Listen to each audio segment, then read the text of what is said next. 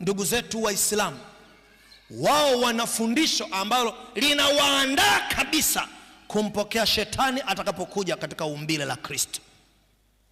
Katika kitabu cha Qur'ani sura ya 43 fungu la 61 ninasoma, na kwa hakika yeye ni alama ya saa ya kiyama, basi usikitilie shaka na nifuateni, hii ndiyo njia iliyonyooka. Fungu hili katika Qur'ani linasema Yesu ni alama ya saa ya kiyama, na wanazuoni wa Kiislamu wanatafsiri hivyo kwamba Yesu atakuja, mwana wa Mariamu atakuja kabla ya kiyama, atatua duniani. Na ninasoma katika vitabu vyao volume ya 3 kitabu cha 43 hadithi namba 656 Sahih al-Bukhari. Waislamu wanaamini Qur'ani kama ni takatifu, wanaamini pia hadithi kama ni maandiko matakatifu. Na katika hadithi hii inasema hivi, nitasoma kwa Kiingereza nilipoinukuu alafu nitatafsiri. Our apostle said, the hour will not establish the entire until the son of Mary, Jesus, descend among you as just ruler. He will break the cross, kill the pig, and abolish Jahia tax.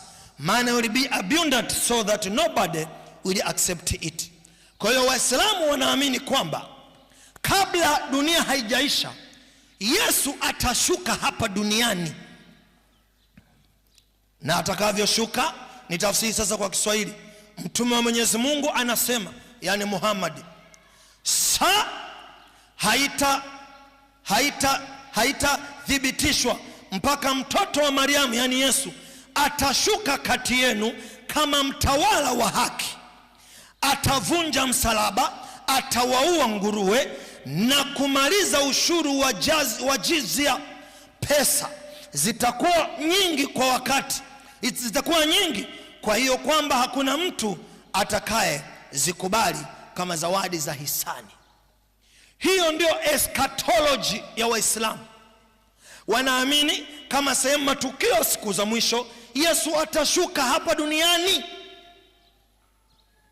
Kwa mujibu wa Biblia, huyo wanayeamini atashuka hapa duniani na kuwa kama mtawala wa haki ni Yesu mwana wa Mungu, ama ni shetani akiigiza umbile la Yesu?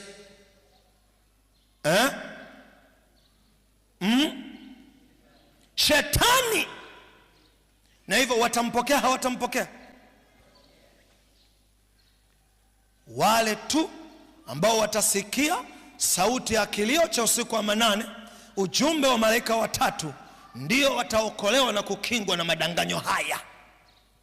Ulimwengu mzima umeandaliwa kupokea maigizo haya ya shetani. Dunia yote, dini zote.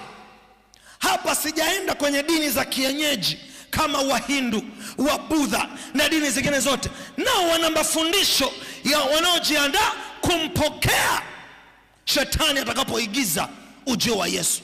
Dini zote za